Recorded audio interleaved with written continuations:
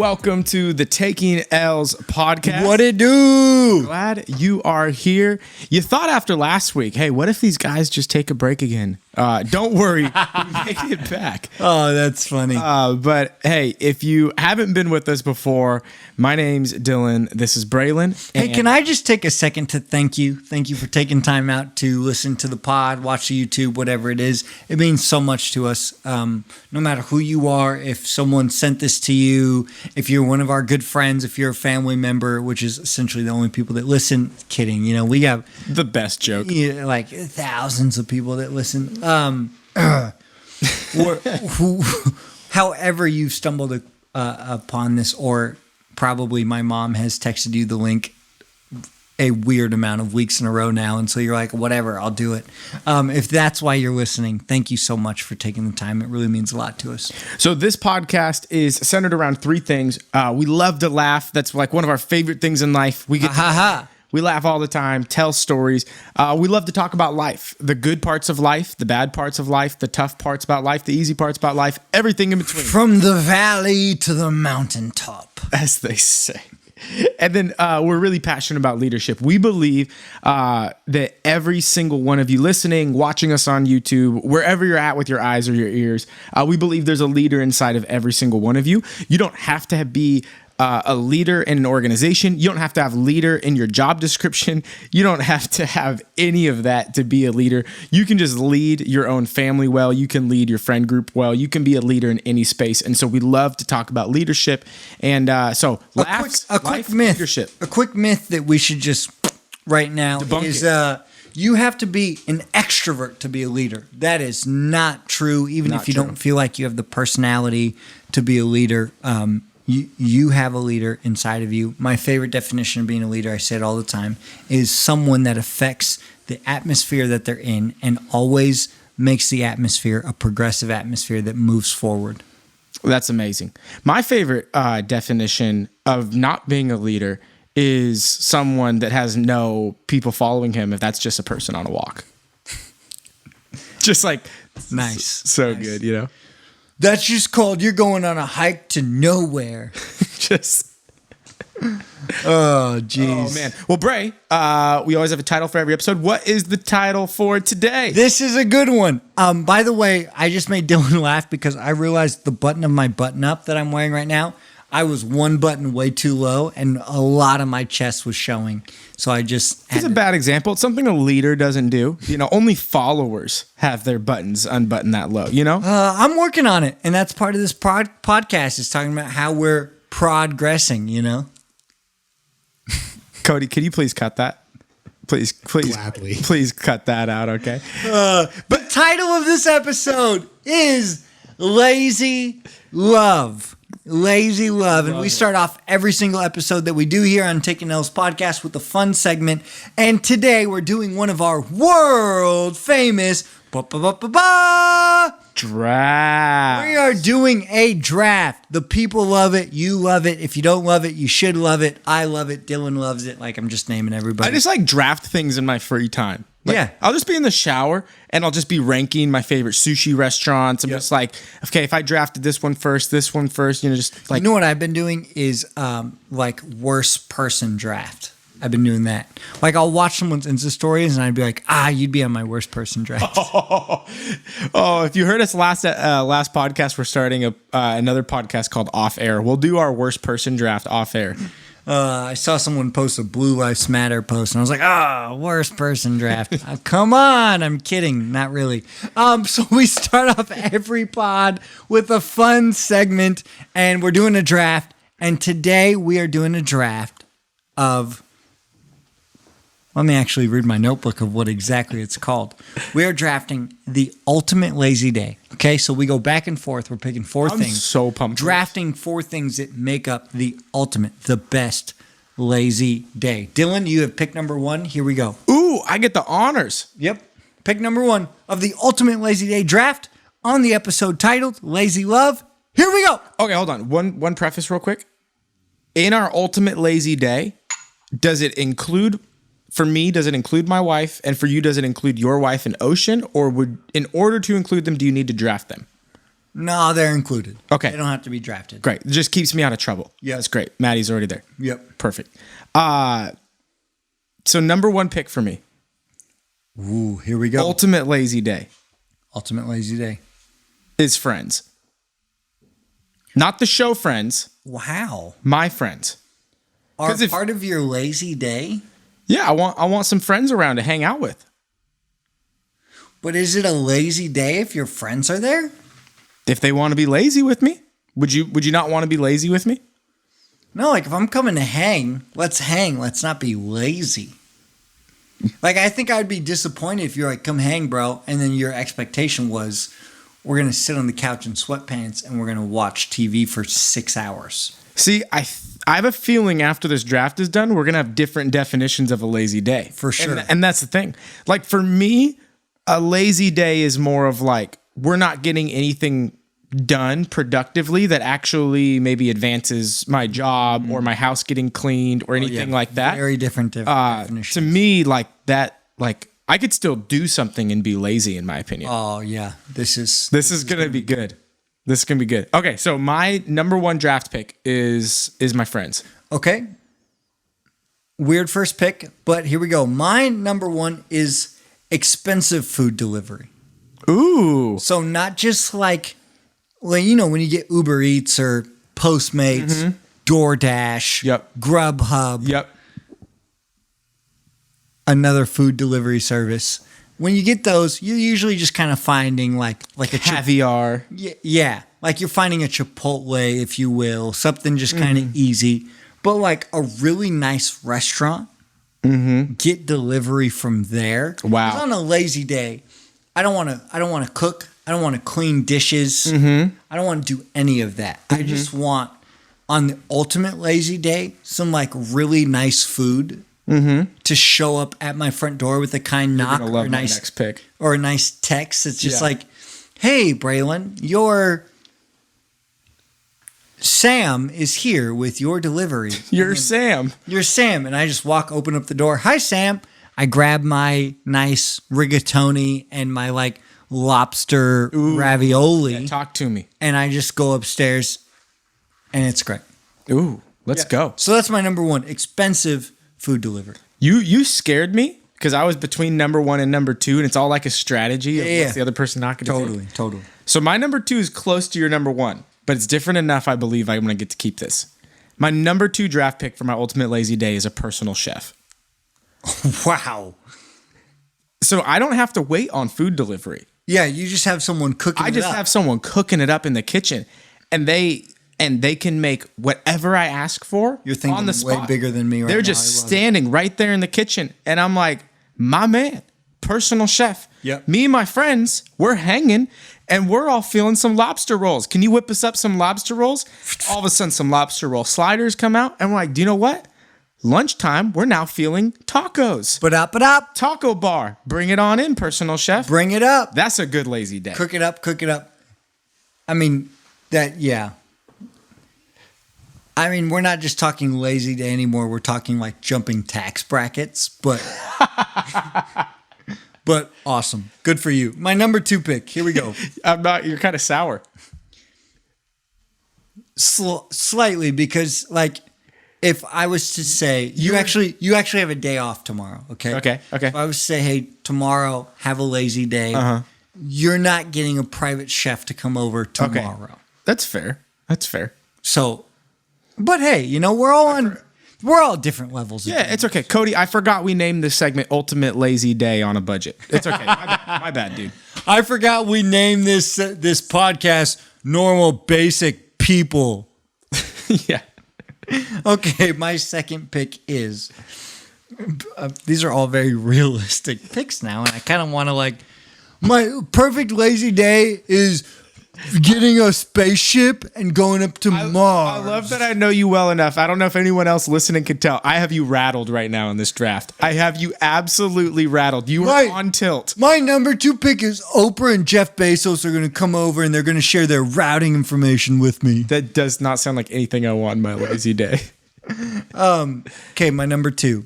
My first one was food delivery, expensive food delivery. My number two is a fresh out of the dryer sweatsuit.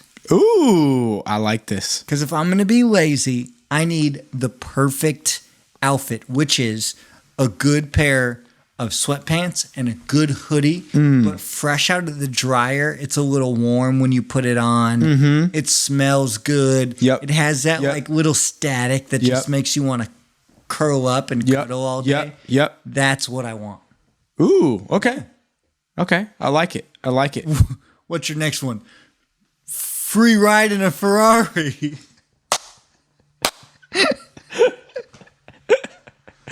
My next one, you're gonna hate this because like you're gonna be like, that's not a lazy day, but for me, this is a lazy day. Okay, a gold leaf blanket. My third one is the ultimate lazy day would include a round of golf.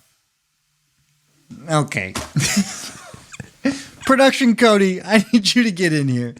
Is this a lazy day? What he's picking right now? It is not my lazy day, but who am I to tell you what your lazy day is? A lazy day, bro. We're not doing a 4-hour activity that includes muscle and sweating and... I don't have much muscle. Golf doesn't necessarily require muscle. It requires just being outside and enjoying yourself. Most people's definition of a lazy day is like you're not doing anything. My lazy day, I don't even wake up. It's just 24 hours of sleep. Yeah.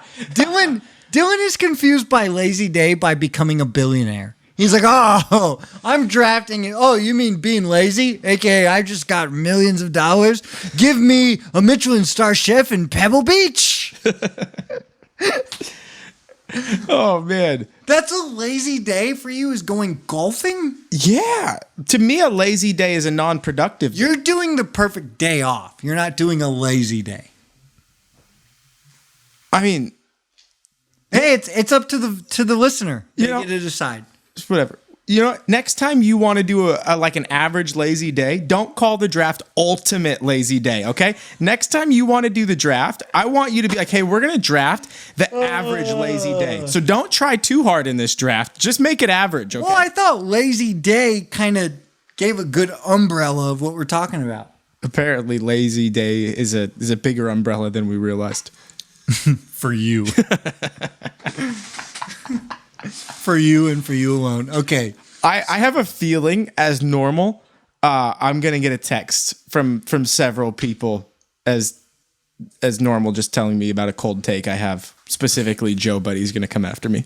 As he should. Yep. Okay. Don't worry. My number 4 pick will make you happy. So here we go. My third one is... my third one is, for me, I'm drafting the ultimate lazy day. Yeah. Make it ultimate, bro. Don't settle. Nothing on the calendar.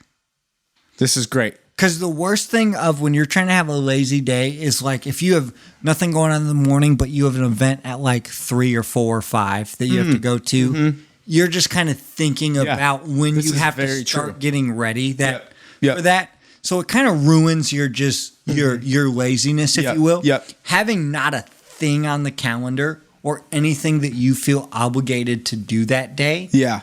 allows you to actually enjoy all the other parts of a perfect lazy day. I 100% agree with that one. No discrepancies. Fits into the word ultimate. Yep.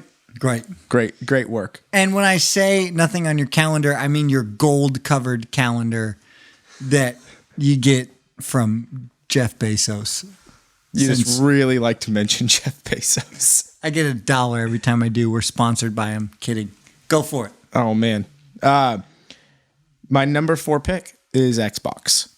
Yeah, Ultimate lazy day. this is the first one of his picks, Production Cody, that like a normal person can do.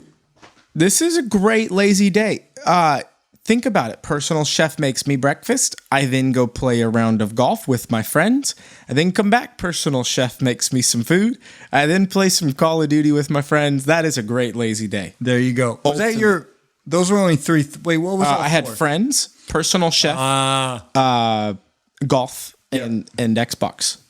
I'm surprised you hadn't picked Xbox already. So I have picked expensive food delivery, a fresh sweatsuit, nothing on the calendar. And my fourth pick is a good show with multiple seasons. Ooh. Because the worst thing, okay, Carly and I just watched a show, very good show on Hulu that only had one season. What show? It's called The Great. Ooh, we've never very good. watched it. We'll have to maybe check this out. It's very good. I mean, it might not fit into your like tea time with Tiger Woods, but but it only had one episode, so we or one season. Sorry. So God, that's my worst nightmare. No, so we crushed the first season in like 5 days, you know, as you do with a good show. Especially during a pandemic. When you're at home. Especially during a pandemic. And you just feel like you fall in love with the show to only find out there's no more. Another show we just watched, The Watchmen on HBO. Great show. I FaceTimed you with my love and passion for the show. Yes. Also only has one season. So you give all of your effort in like 7 days to this one show, and then it's done. So on a lazy day, I want nothing to do that day. I want food delivered to my house. I want to be in a fresh sweatsuit. Matching would make me feel even better. Yep. I want a good blankie, and I want a show that I know I could sit in this same exact spot, and I could watch this show for the next 7 hours. That's a great time. That's the ultimate. I just want to point out, you said, I want a sweatsuit and I want a good blankie and I want the ultimate show. You did not draft the blankie, so we need to scratch the blankie from this conversation, okay? Okay. You don't get the blankie, man. You didn't draft it. Okay, that's fine. I got my sweatsuit and I got a show that I know I'm going to be right here for 7 hours and I'm watching this show. I love that. That's great. So you got sweatsuit, food delivery, show, and what was your other one? Nothing on the calendar. And a clear calendar. And I got friends, a personal chef, golf, and Xbox. We're going to post this on Instagram. And so make sure you follow us at takingls_pod and vote on who do you think picked the ultimate lazy day. There's our ultimate lazy day draft. Here's the thing. If you don't pick me, you are a communist. What? Like, doesn't make any sense at all, you know, but I just feel like I won that so obviously. That leads us to our L of the week. Boop, boop, boop. Just add a little bit. Cody, I added gun noises for you. I can't wait for that one. That made me laugh. That was great. Cody always makes a good sound with whatever kind of rhythm I do for L of the week. And my new thing is to make it as hard as possible for him to find a sound that matches the noise I make. Yeah. But Can't wait to hear that one. But our L of the week is a story about how we have lost. It's really a moment to laugh at ourselves. Yep. Again, kind of reminding all of us, a street basketball term, you took an L, right? You just lost. And Dylan and I, we're two guys that we enjoy life. We think we're pretty good at it, but we also know we are by no means experts. And one of the ways that we make it through this thing called life is by laughing at ourselves. And a big part of this podcast is kind of just talking about life, our failures, our ups and our downs. And my L of the week is I recently, if you listen to one of our previous episodes, Dylan and I played two 9-year-old prodigies in tennis. Ooh. And very good 9-year-olds, just to clarify. We lost to these 9-year-old tennis prodigy boys. Very good. They are very good. But I actually fell in love with tennis after that. I played some tennis before, kind of just for fun, but I fell in love with the game of tennis. And so these past few weeks, multiple times a week, I'm texting my friends. There's this really nice tennis courts right by my house. So I'm going and I'm playing tennis. The other day, I found this weird thing on TikTok because TikTok has picked up on the fact that I like tennis. Gotta love TikTok, the way these freaking ads hear what you say and give you stuff. It's crazy. The government's out to get me. I just stay on that Just topic. keep doing that one. So TikTok's picked up on the fact I like tennis. So they showed me an ad of this thing that's called a tennis trainer. Ooh. Okay? And what it is essentially a tennis ball on a string. Pause real quick. Braylon FaceTimed me about a week ago and was like, hey, I got a tennis trainer. And I legit thought he hired another human being to train him in tennis. And I was like, wow, bro, you're really committed. He's like, no, man, look. And it was like a ball on a string. I was like, oh, okay. It's a tennis ball on a string connected to like this heavy base. Yep. And how it works is when you hit the ball well, it's going to bounce back to you perfectly. Like it's like the perfect shot from your opponent for you to then hit it again. If you hit the ball bad, it's not going to bounce back good. So you have to work on like hitting it well to keep it going. So I've been crushing this tennis trainer. I've been playing with tons of people, and I'm just in love. I'm obsessed with tennis. Here's the thing, though, when I play tennis, Dylan, is for those of you that don't know, how tennis works is you play sets, right? So you play like one little set, and then whoever wins that set, it's the first to 6 sets. That's a match. Yep. So you're trying to win the match, right? So your first person to win 6 sets wins the match. So when I go out and I play, I'm pretty focused. I've been working on my hit, my form. I've been watching a ton of YouTube videos. It's all about the core. It's all about your follow through. So anytime I play anyone in tennis, I win the first 3 sets almost always. Because I'm focused mentally. I'm in it. I'm hitting. I'm following through. I'm making sure I get back to the center after every hit. Yep. I'm like, my serves are on because my shoulder's fresh, all these things. Yep. So I'll usually win the first 3 sets. You know what happens to me after those first 3 sets? You win the next 3 sets. No, Dylan. I think I got it in the bag, and then I start to let up. Yep. Okay. And then they win the next set. And then I start to think to myself, it's like, all right, just get back in the zone. But because I kind of took that one set off, that's kind of challenging for me. So then I lose the next set. And then I'm like starting to overthink things. And forget about the tennis trainer. I forget about the tennis trainer. And now I'm just starting to whack at it again. I forget about my form. I forget about my core. Because I just thought to myself, you know what? I got this in the bag. Yep. And I usually will now lose tennis matches like 6-4, 6-3, but I start blowing them out off the jump. But because I kind of just take some sets off, I'm like, you know what? I'll just turn it back on. Yeah. And I'll win whenever I want to win. Well, I'm not good enough at tennis to do that. And that actually got me thinking as I was playing tennis the other day. My friend, one of our good friends, Jensen, he actually said to me, he's like, man, if only you could just keep that same level of consistency, you would be a great tennis player. And he was trying to be encouraging, but I took it as this major insult. And I was thinking about, like, in life, all of the many other things we do that we start to let up when we feel like we're there. Wow. When we feel like we've arrived. Yeah. So I was even asking myself, what other areas have I let up in? Wow. Specifically in relationships. And this is going to be a very relational podcast as we kind of dive into this idea of lazy love. And I was thinking about it, and I was thinking how we think in relationships, right? When we get people to love us, specifically in marriage, or when you have good friends, good people that you do life with, and you start to get those people to love you, to believe in you. They know your heart. They know your intentions. I find that it's very easy to start to rely more on they know my intentions rather than they trust I'm being intentional. Wow.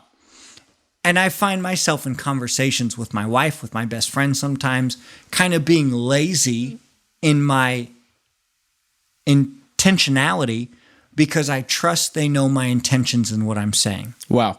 So, for example, I don't always find myself giving my all to a moment with my wife because I go, well, I know she knows I love her. Yeah. Right? Like, or moments with you when we'll FaceTime and maybe I'm having a rough day. Well, I'm not trying to snap out of my attitude because I know, well, I'm just having a rough day. Yeah. So now it's affecting our relationship in that moment because I'm already thinking, well, I got our relationship in the bag, if you will. Yeah. We've Yeah. done enough together that you know my intention, that I don't necessarily need to be intentional in this moment because you know my intention is pure. And I think it's so easy to rely too much on people trusting your intention or rely on the security of relationships that doesn't always force us to continue to give our all in love. It's actually very easy to find ourselves kind of giving some lazy love. For me in particular, find ourselves thinking, you know what? I'm 5 years into marriage now. Like, not every night needs to be the quality time. Yep. You know, Yep. not every moment with my best friends do I need to like fully listen. Yes. Not every moment do I need to be engaged into this conversation, or not do I don't have to take their feelings into everything because they know where I'm coming from. Yep. Like, you don't have to be offended because you know where I'm coming from. I don't have to fully be in your shoes because you know my heart, right? And it's such an easy way when we kind of bank on, you know, my intentions. It's such an easy way to fall into this pattern of lazy love. I've talked way too long. I'll throw it to you. What do you think of No, all but of this? I love what you're saying, and the you know, it's in the title. The term lazy is so important in this conversation. So important. You even look at your story, to go back to the story. It's not that you're losing tennis matches because you don't have the skill. Because the fact that you're starting out 3-0 clearly shows that you have the skill. You even look at your marriage. The fact that you're even married to Carly shows that at one point, and even still, I got her to fall in love with the sauce. this house. But that's true though. Like, you know that there was a point where like you had to be intentional before she ever knew your intentions. Yep. Because there's points when you're at the beginning of dating where they actually the girl and the guy, you don't know each other's intentions. You have no option other than to be intentional about, I'm going to get this person to fall in love with me, essentially. Exactly, right? So you have no option to be lazy. And all in the same way, at the beginning of a tennis match, being lazy isn't an option because you know, I got to go for this right now. Gotta go. And the skill is there, the ability is there, but sometimes for some reason we choose not to do it. And it's amazing. It always blows my mind to me when you look at somebody who has potential, or when you look at yourself and you go, I know I could do that. Why did I not do that? I even think about situations with my own wife. It's not that like I'm not capable of being encouraging. For some reason, I just don't. Yep. It's not like I'm not capable of being patient. It's just for some reason, I don't. I would love to ask you this. Why do you think because it's not like, I don't believe it's a conscious choice. I actually think it's unconscious. Like, it just happens. It's not like we're trying to do it on purpose. Why do you think we make this unconscious choice to not tap into our potential or not tap into our ability, and we unconsciously become lazy? What do you think causes that? Yeah, great question. I think it's just becoming comfortable. Mm-hmm. And I also think, specifically talking to relationships, I think for me, when I have found myself not tapping into the fullness of what could be, I have found for me it's usually out of a place of being selfish, of like, I'm just going to give what is comfortable for me at the moment. And I'm not going to be intentional about making this moment special because I don't necessarily think right now it needs to be, because I'm comfortable. Yeah. And I'm just thinking about myself. And it's easy to project. Again, for me, I'm just speaking from myself here. It's easy to project. If I'm comfortable, I'm going to make the assumption you're comfortable. Yep. Right now, if you're watching on YouTube, we're sitting in two chairs. They're the exact same chairs. I'm comfortable right now in this chair. Yeah. Maybe for you, this chair, how your hips sit, are very I'm short. uncomfortable Yeah, for you. totally. You get it. You get it. Called myself out before you could. That's my new strategy. But because let's do a quick test, right? If you were to sit down with someone, or if you were to sit in Dylan's chair and you were comfortable, you would very easily make the assumption, Braylon is also comfortable. Wow, We're such a sitting good in the point. exact same chairs, right? So if you find yourself being comfortable in a relationship, it's so easy to think, since I'm feeling this and we're in the same relationship, Yeah. then they're feeling it as well. So we're both comfortable right now. So we're both chilling. So I don't need to now go try to make something right or put in the effort, right? When do you put in the most effort in a relationship? When you know something's wrong. When you know, maybe we're not necessarily vibing right now, things aren't good. That's usually when the date nights start happening, right? Yep. That's usually when the heart-to-heart starts happening. That's usually when the above and beyond moments start happening. So it's so easy when one person feels comfortable that stuff isn't going on just because of that assumption. I want to ask you a question, because I think comfortable to me can also, I don't know if this would technically be a synonymous word, but I can think of the word neutral, meaning I'm not going forward and I'm not going backwards. I'm just kind of staying put. When it comes to this episode's kind of about relationships. When it comes to relationships, do you actually believe that we can truly be neutral in a relationship? Or would you say that relationships are either getting better or worse and neutral isn't an option? Does that make sense? That's a great question, Dylan. What do you think? I personally think that your relationships are either getting better or they're getting worse. I agree. And I think that based upon what you give to that relationship or don't give to that relationship, certain relationships will get better and certain relationships will get worse. And that's why you think about it. Like, think about the person that you were friends with in middle school or high school, and you were best friends. That person was your world in middle school and high school. You hung out with them all the time. You had like this deep relationship. You talked about everything, texted about everything. I'm literally have friends in my mind right now. And all of a sudden, distance happens where maybe someone moves, circumstances change. And at the end of the day, it's a choice of being intentional. And that choice of being intentional causes the relationship to continue to get better or the relationship gets worse. Yep. I don't know if I can name a relationship where all of a sudden the relationship just continued to stay the same and stayed neutral. The relationships for me that I've seen that have gotten better and better have just been a result of intentionality and a choice to get better and better. And the relationships that oftentimes gotten worse and worse is not just because it's not like any of us look at a relationship and says, oh, I want my relationship with Braylon just to keep getting worse. I don't think any of us say that. Yeah. But that, in my opinion, is what happens with a lack of intentionality. That's why I think that this episode, Lazy Love, can be so important. Is I don't think any of us would look at the relationships that mean something to us and go, I want that to get worse. Yeah. So the question is, what are you doing to make that relationship better? That's great. I'll take it a step farther as well. I think when we use the term lazy, it's easy to think I'm not trying.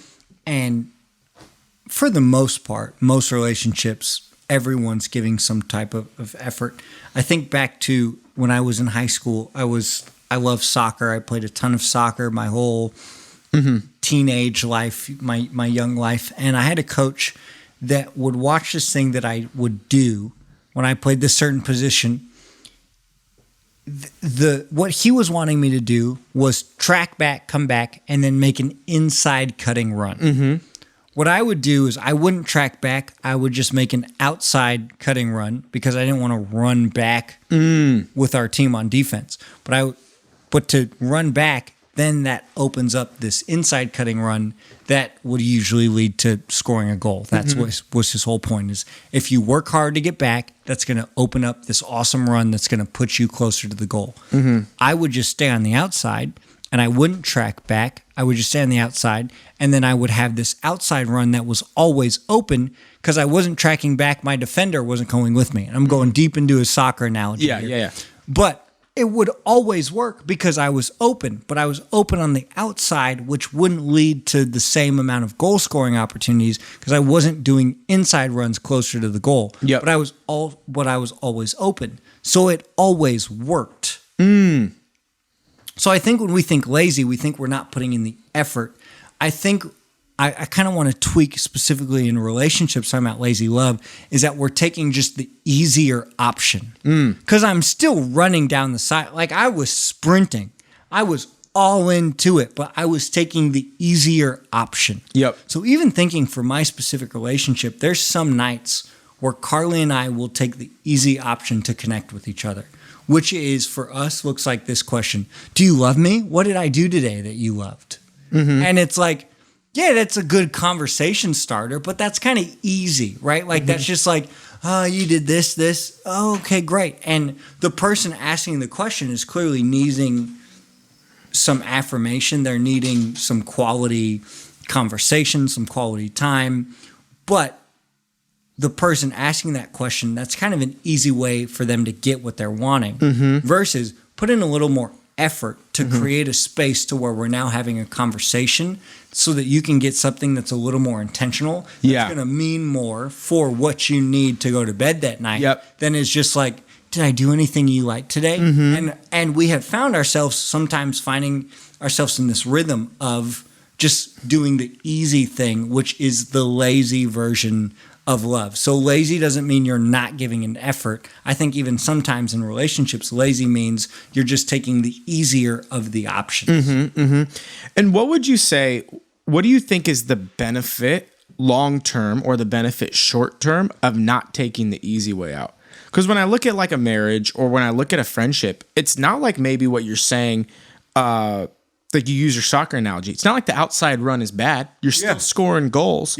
So why does it make the inside run that much more important? What do you think, like, what's the impact? What do you think makes that so impactful?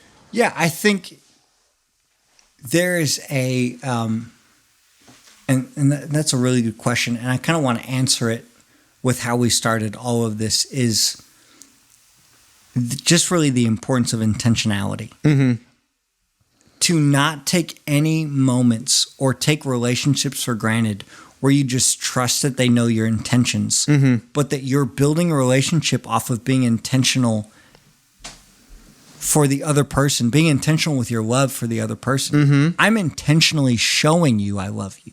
I'm intentionally showing you how important you are to me. I'm intentionally showing you that you have a part to play in my life. I'm intentionally showing you that you are listening to me. And just creating that foundation in a relationship, putting in the effort to be intentional is going to set up your relationship for way deeper, stronger, way more emotionally connected relationships that last through the hard times way more than just the relationships that go off of intentions. I often find that with intentionality, you get results that you didn't plan for.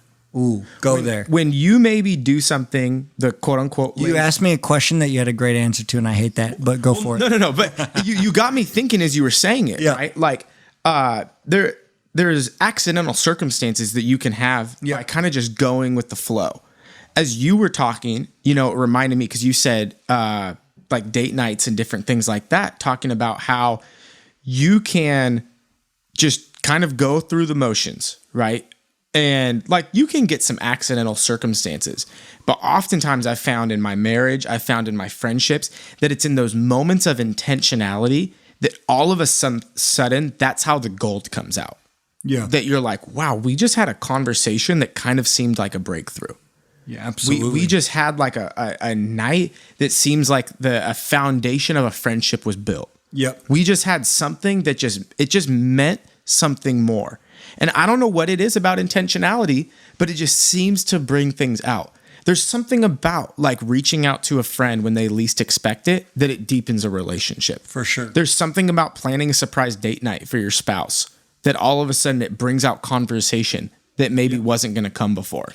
There's something about it that it's hard to explain, but there's something about that purpose behind it that causes a greater depth and causes that relationship to get better and better. I have realized, and I'll say this before you hit us with our as you leave, I have realized that as I mature, I realize that I can't bank off of intentions. I think the more mature of a person you get, the less that you trust people to understand your intentions. And that doesn't mean you're not a trusting person. It's just, I think there's so many times in life that I'm like, I didn't say that right, or I didn't give my best foot forward there, but like they know what I meant by that. And I just think the more you mature as a person, the more you realize that that's not sustainable or that actually doesn't matter. Like what you think of my intentions doesn't matter. Like my intentions of that actually weighs very little in the scheme of things. Like I want to just be a mature enough person and a big enough person to go, you know what? I want to be more I want my passion to be more of being intentional about building this loving relationship more than leaning towards you love me enough to understand where I'm coming from. Absolutely. And I think we all have the capability. We all have the skill, going all the way back to your tennis story. Yep. I think the skill is inside of every single one of us. I think it's a matter of whether we choose not to or not. And for some reason, sometimes we just choose not to. Ooh, and I think we got to be big enough to look at ourselves and say, why am I choosing not to? And where am I choosing not to? Can I say this? You have the ability to love. Absolutely. You have the ability to love. And it's crazy because there's some people that feel like I can't love, or I can't love to that level, or I can't love like they're wanting me to love, or XYZ. Let me just tell you, if you're watching, if you're listening, whatever it is, you have the ability to truly and deeply love. Maybe you have never felt loved before. Maybe you have felt hurt. Maybe you have felt like no one's ever loved you. That does not affect your ability to truly show love. You have the ability to love and to win in love. Absolutely. So as you leave, one thing for you to take away, one thing for you to think about. As you leave, ba-da-ba-da, like that's not. Bring the music back. One thing for you to consider. What is the one relationship you feel like you've been lazy in? Maybe it's a work relationship and maybe you're a boss. Maybe it's a coworker. Maybe it's somebody that you just kind of go through the motions of working with them. Yep. And there's a way that you can be intentional with your encouragement, intentional with your hard work, intentional with your collaboration. Maybe it's your spouse. When's the last time you planned a sporadic date night that was a surprise? When's the last time you did something out of the norm? Maybe it's a friendship. When's the last time that you showed that you loved by paying for a meal? When's the last time that you showed you loved by doing something that they want to do that you don't want to do? Think about the relationship that means a lot to you, or think about a relationship that's struggling and ask yourself, how can I be less lazy? How can I be more intentional? Can I add an Instagram post that I saw recently? I would love for you to add an Instagram post. It said, if you get more dressed up, this was like a 2 women Instagram. Yep. And it said, if you get more dressed up for girls' night out than date night, you got issues, honey.